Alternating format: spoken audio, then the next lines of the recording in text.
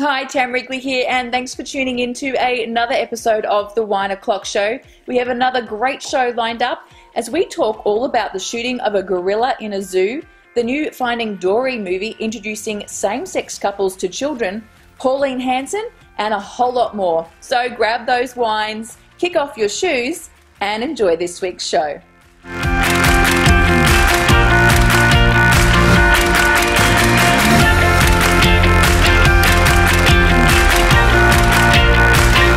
This week saw the launch of Vivid Sydney and a project that I was very honoured to be a part of, which was the McGrath Foundation's Mosaic Project. The McGrath Foundation encouraged Australians to participate in an innovative light installation which created a message of support for those touched by breast cancer. Each night from now until the 18th of June, you can see thousands of men, women and families that have participated in this project shine bright on the AMP building. Which brings us to our first guest today, Donna Penny. So Donna has terminal breast cancer. She has been fighting to live since the first diagnosis in 2008. As you can imagine, this battle has been very traumatic and has impacted those nearest and dearest to her, especially her 9-year-old son Kai. When Donna was first diagnosed, she was searching far and wide for children's books about cancer to help explain to Kai what was happening to her, but found nothing but doom, gloom and disaster. Happy Friday, it is 5 o'clock, it is 1 o'clock time. Cheers! Cheers! Have a mouthful. Oh, let's get started. So Donna, you are our first guest up this morning, or this afternoon. Sorry, tell us a little bit about your journey so far. Yeah, well, I've just recently become a published author because I've written a book about having cancer. But a little bit of my story was I was first diagnosed in 2008, a very positive diagnosis that I'd go on to live to be an old lady, my oncologist said to me. But then, unfortunately, just before I turned 40, or just after I turned 40, the cancer had spread back into my lymph nodes, bones, sort of all over the place, and my adrenal gland. And then, unfortunately, just last Friday, we did learn that it has decided to take up residency, or I call them squatters, in my liver. Yeah, which is where you try and keep it out of your major organs, but you know, it's there. I've just got to deal with it and keep going. One of the things that I read about you was you found it a really daunting and quite distressing, I guess, for children, because you've got young children who trying to teach them about cancer and what it's going to do to you and your body and all that sort of thing. And this is why you've come up with the book. Yeah, that's exactly right. I did buy some books that did come from America, but they were not bright. They were actually quite depressing. There was talk of a lot of death in them and funerals and things like that. And I didn't want that in my book at this stage. I think, you know, you can do another book for that. So my book is a true family story. Probably it's written through Kai's eyes, just on what he's been through with having a mummy that's got cancer and having to go through all the treatment. You know, he knows that I go away to have chemo and then I come back and sometimes I'm tired and then the hair falling out. And I wanted to express that to kids in a way that they could understand and not make it a scary thing for them, because kids are not dumb. They know that something's going on. So I believe in being really open with them. So. Yeah. Well, we're going to put up at the end of the show where you can actually buy the book from and a bit more details about that. But thanks for joining us on the show today and sharing your story. And we're going to have a little bit fun later on with some games with you as well. Oh, that'll be fun. Michelle Whittaker, Queensland's #1 news lady. She is. I'm not sure about that. Cheers to that. Cheers to that. Cheers. She's got, you know, all the topics covered on today's show because she does do the news for the radio throughout Queensland. Tell us a bit about your story. For Grant Broadcasters, we're a radio station. We broadcast to we're a news hub. We broadcast all the regional areas, Cairns, Townsville, Mackay, Rocky Gladstone, and of course the Sunshine Coast and Gympie. So, I'm the news director there, and we do obviously deal with a lot of the topics that we'll be talking about today. Doesn't make me an expert though. I can translate what others have told me somewhat. Depends how many wines I have. Yeah. So let's get this show on the road. An elite private school is planning to open from 7 a.m. till 7 p.m. in a bid to support working parents struggling to meet professional demands. This ladies' college in Perth already welcomes students from 7:30 a.m. for sporting training and for library sessions. This college, which costs up to $22,000 a year for boarders, now plans to extend hours even further to allow busy working parents more flexibility with when they drop off and pick up their children. So what... You're right there. So what do you think about the 12-hour school day?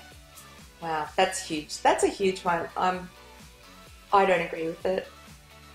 But back when I had 5 kids between us, my husband and I had 5 kids between us. He's a breeder, he had 3. I had 1, then we had 1 together.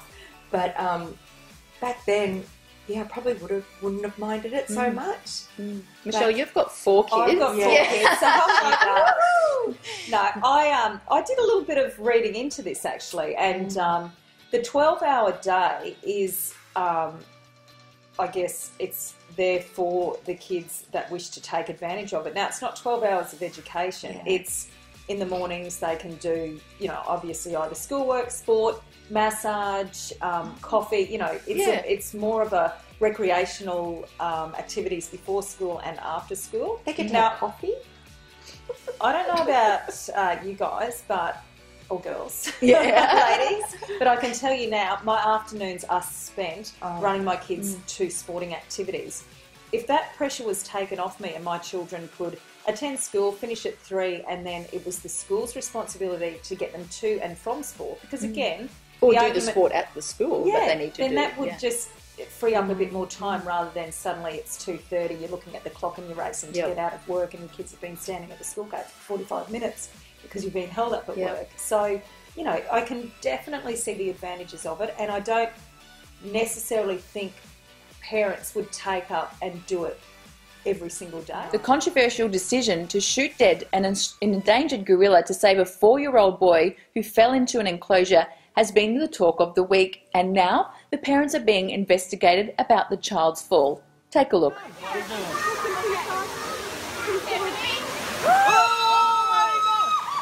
Oh my God! Isaiah? Everybody back up. I think he's trying to switch. Okay, Mommy loves you. I'm right here. I think he's just trying to take care of it.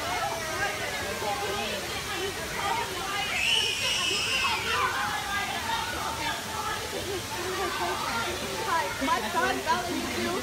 No, he's playing with it. He's playing. So whereabouts do you guys stand? Well, Michelle, whereabouts do you stand on this whole issue about killing our animals? Animals. Yeah.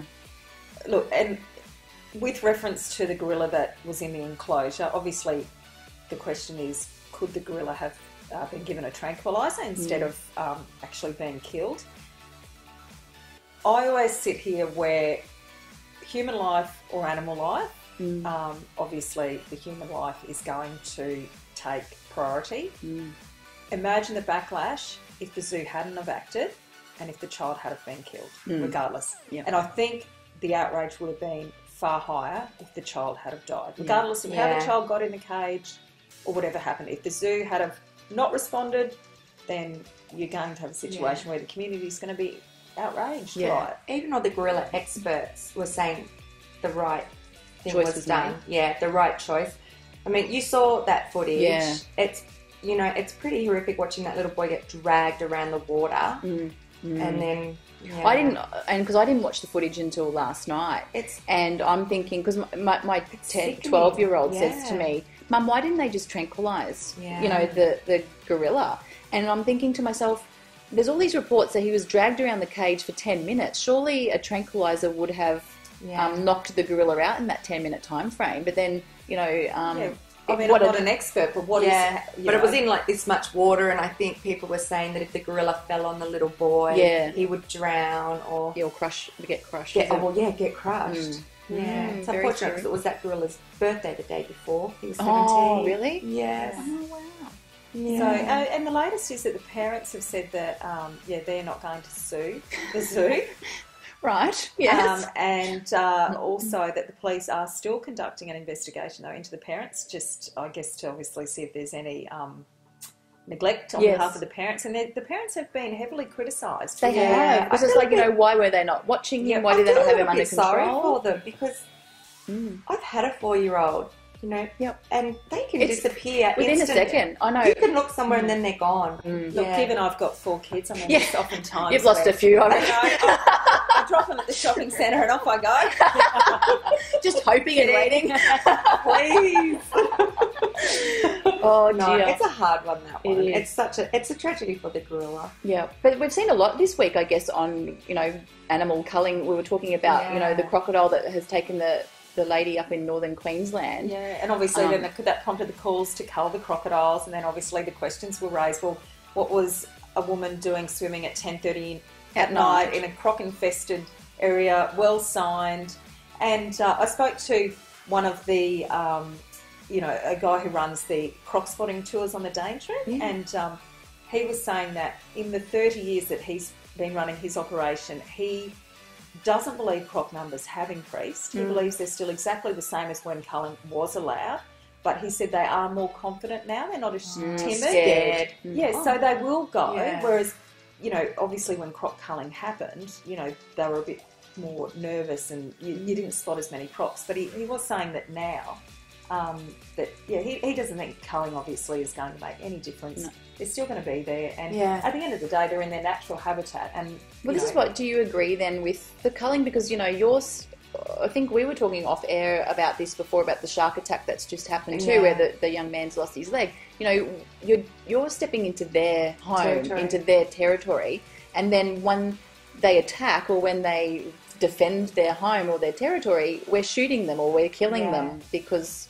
I think we're the intruder. Yeah. And we are seeing a lot more shark attacks, but my husband, he surfs and you know, he says he sees sharks out there, but they normally, you know, they've already had their food for the day. day. They're just away, but we're overfishing, I think. So we're taking away their food supply, so they're coming in. But wouldn't you agree, your husband being a surfer, he knows that he's the danger, and any surfer, they always, if or after they've been taken, they always turn around and say, well, they died doing what they love. Or they attacked doing what they love. It's kind of that whole culture of the surfer that they're not afraid, they're fearless, they're out among the sharks. They're fearless anyway to go out there and take I have told my husband that if our son, he's 10, tomorrow, gets taken by a shark, he's out the door because he surfs because Dad surfs. Well, he will be out the door because he'll be taken by a shark. Yeah. No, I'm talking about Kai. If my son gets... saying Kai will be out the door. Kai. If he gets taken by a shark, my husband's out the door. Pauline Hanson this week has been told she is not welcome in Parliament, and in true form, she's fighting back. Is to work for the people. Let's bring accountability. Let's bring honesty. Let's get rid of the corruption. Let's see the wasted spending going by the government and give the people some hope in this country. Address the issues that are really concerning the people. And it's just not my seat in Queensland. We have got such an opportunity under Pauline Hanson's One Nation to win Senate seats in New South Wales, Victoria, South Australia, Western Australia and Tasmania. Wow. How many seats can you win? I'm serious about this. Yeah. I've travelled quite extensively and I've been out speaking to the grassroots Australians. They are so fed up with the major political parties. They're turning away from the Greens. They don't want to see another 50,000 refugees come into the country. You've dairy farmers, potato farmers I was talking to last night. They're devastated. They're on their knees. We have suicides going on. Our kids are on drugs, on ice. There are so many things happening. They don't believe the political parties have listened to them. They've taken them for granted too long. Okay. They want someone on the floor who's going to represent them and bring some common sense back. Is our Pauline Hanson just a little bit misunderstood, or do you think she doesn't have a place in being an MP? She certainly has a place due to democracy, so she's entitled to have a go. And as we all know, she's certainly had a few goes over the last 16 years. To be like 8 or something. Yeah. And what was the other question? Is she misunderstood? She is totally. I was discussing this with Donna actually, and we were talking about. She says things that a proportion of the population do actually think. It's possibly her delivery and her timing that gets her in trouble, but she manages to. When she says things, she's just like, oh, that's right in your face. Maybe she needs a better media advisor, I don't know. But I've had a look at her policies and just with this, her latest, putting her hand up to run for election, and I've looked at her policies, and a lot of them, or some, you know, a lot of this, they're not hugely different to what the major parties think. You know, but again, she should be allowed to have a go. Apparently, you know, there is a good chance that she will maybe get a seat because in the Senate because of the double dissolution and the new electoral reforms. So possibly there is a chance. She's got a greater chance, let's just say this time. I actually think, particularly in regional Queensland, I know I once interviewed or followed her around when I was working in central Queensland, and she had a huge following among the regional sectors of our community. And as I said to Donna, I mean, she was a bit of a sex symbol. Well, I can't believe that. Pauline Hanson. Here's to Pauline. Hey, Pauline. Cheers. Do you think that I'm touching back on what you said about, well, I think it was actually you said it, Michelle, that she says a lot of things that people agree with, but they are too scared to sort of say it themselves. Do you think they're secretly going, Pauline Hanson, but secretly like voting for her, you know? Yeah, because everyone thinks she's such an ocker, and so... The only thing is if they were all secretly voting, she would well and truly have at least gotten in once out of these 8 attempts in the last 16 years. So maybe, I certainly think she's probably got more support, or people agree with what she says this time around. More than they're willing to admit publicly, at least. The trailer for Finding Dory has been released to both fanfare and controversy after viewers pointed out the clip may feature a lesbian couple. Whether this is indeed a lesbian couple or just two women standing next to each other is up for debate, but it has certainly generated a social media storm. So ladies, do you think we should be introducing same-sex couples to children through movies? They're going to see it. Absolutely. Times have changed. Times have really changed. Everyone's accepting. Do you know what I mean? I've never had issues with anybody. You know, it's just the way people are born. You know, people are making a livelihood of it. Like I said, look at Caitlyn Jenner. She's brought so much awareness and helped so many people. The transgender people. You know, I can imagine there'd be a proportion of the population though that would not be happy with it because they're the movie director or the movie makers are then inflicting this stereotype, or should I say stereotype, these relationships through movies to our children. I don't necessarily agree. I absolutely don't have a problem with it. But you could see why there'd be some people that'd be like, oh, that's a bit confronting, or, you know. How am I going to explain that to my child? Yeah, even though it's so widely accepted now. And talked about now, like, my 10-year-old knows what gay is, and you know, and I think we are, like, you know, more aware. I know even at my children's school, when they went through school, is, you know, there was mums saying, you know, lesbian mums that would bring, they had twin girls, and they were beautiful, and you know, I think it's about educating.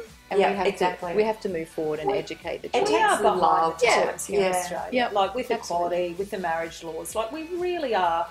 The government's really sitting on its hands over this issue. And gay marriage.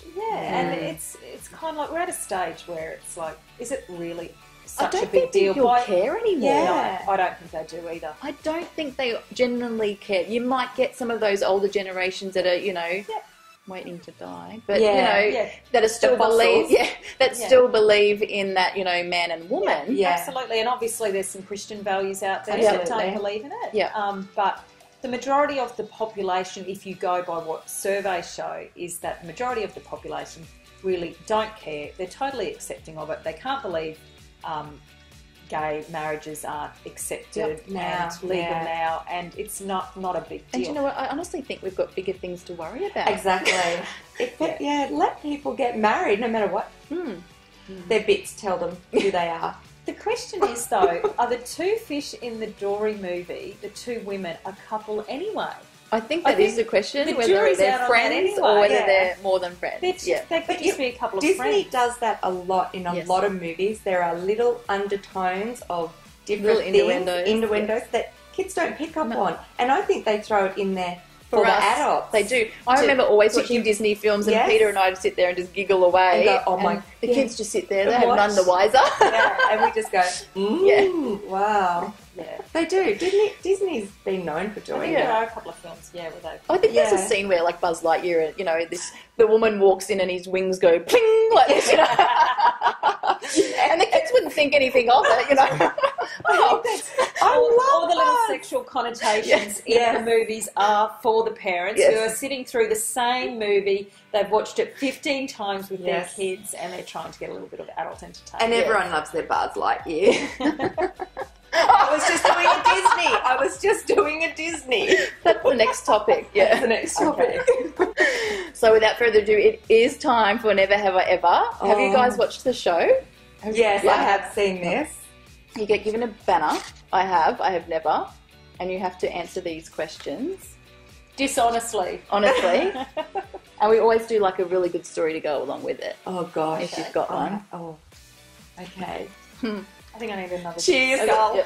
It needs another skull. Yeah, it needed cheers for this before Never Have I Ever. It can be very scary. Oh, confession time. Here we Confession go. time. Look out. Never have I ever shoplifted.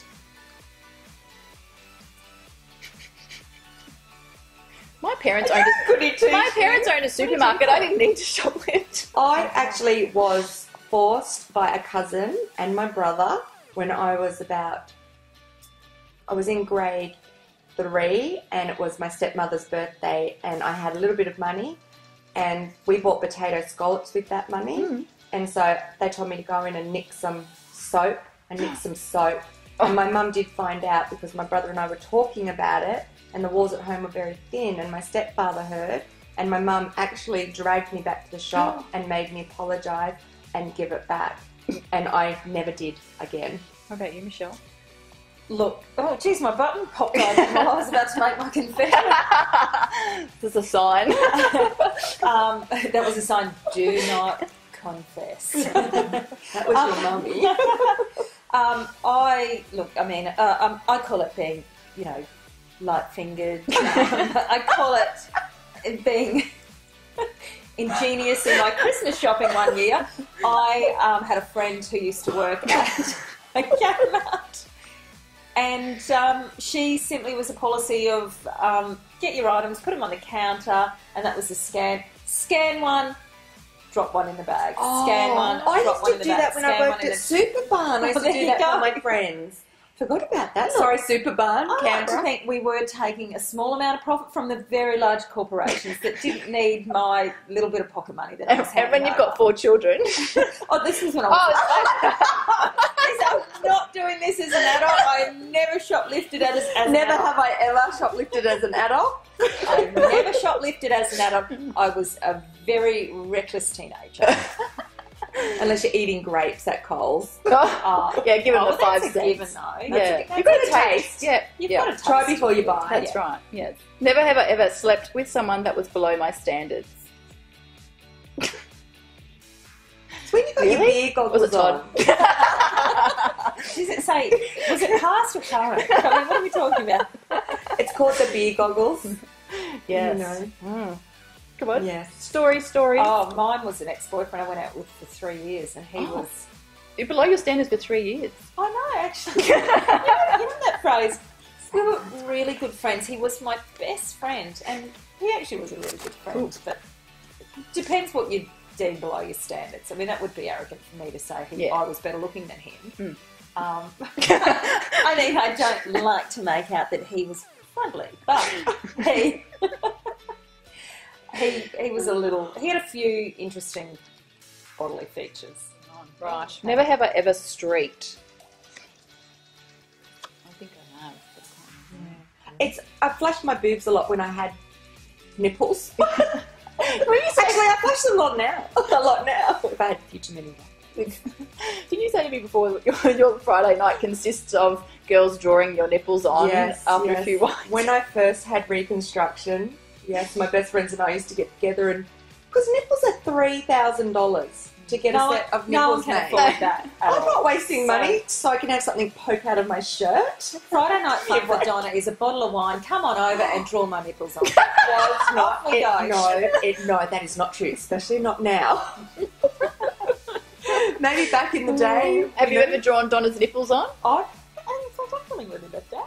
Oh, no. Where's the Nico? No, but she's had a good view. Yeah.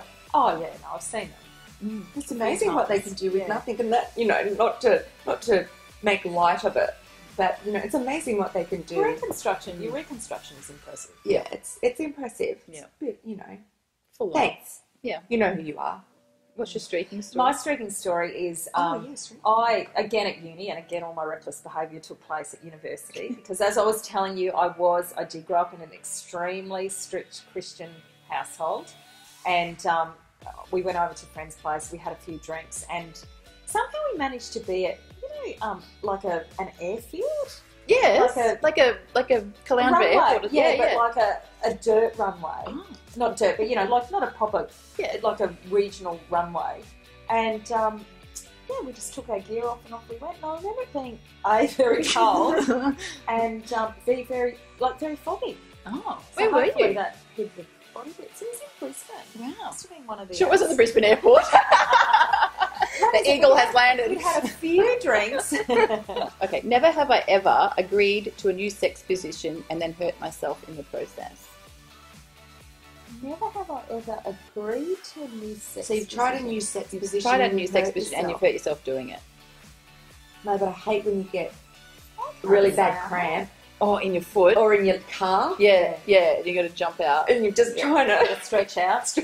Have you ever been sprung having sex? Yes, Yes. and guess what you do? You pretend you've got a cramp. So the little young eyes that have walked in think you're just having some sort of like acrobatic cramp movement on the bed. Naked. That's just fixing up my cramp. Okay, last one, ladies. Never have I ever pretended not to see an elderly person so I wouldn't have to give up my seat. I have never. I always give up my Do seat. you? I'm a bit of a... I don't know if I have. I feel like I have. I do. Yeah. You I have given up your seat. No, or No, she doesn't. you have ignored. I Yeah, have. she's an ignorer. I'll be like... I don't think I've ever found myself in a position where I've really had to give up my seat. Like on a But bus yeah, or on when a you lived in train. Sydney or... Yeah, I used to yeah. give my seat up all the time when I worked in the Queen Victoria building. Yeah, no, I would tend to probably jump up. And I teach my kids to do it too. Where's elderly Yeah. though? Where do we draw the line? I mean, there's a lot of very. I mean, they've got to have a walking elderly stick and people. dentist Maybe- flopping here and maybe- there. Walking along. Yes. Well, ladies, thank you so much for joining us on the show today. It's been a thank you. pleasure. Thank you for having us. Thank you. And we'll pop up where we can find your book and how... Oh, Absolutely.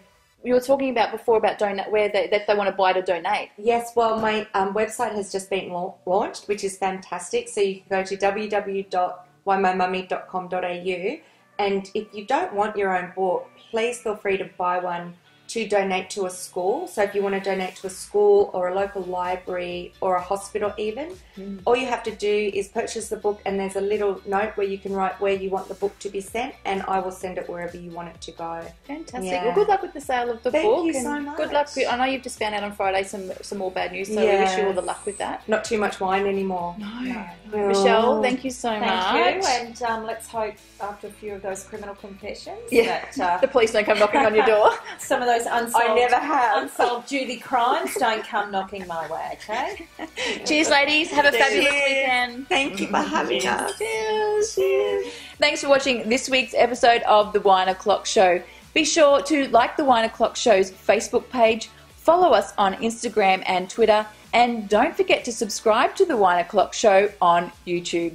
Until next week, here's cheers to a great weekend and a fabulous week ahead.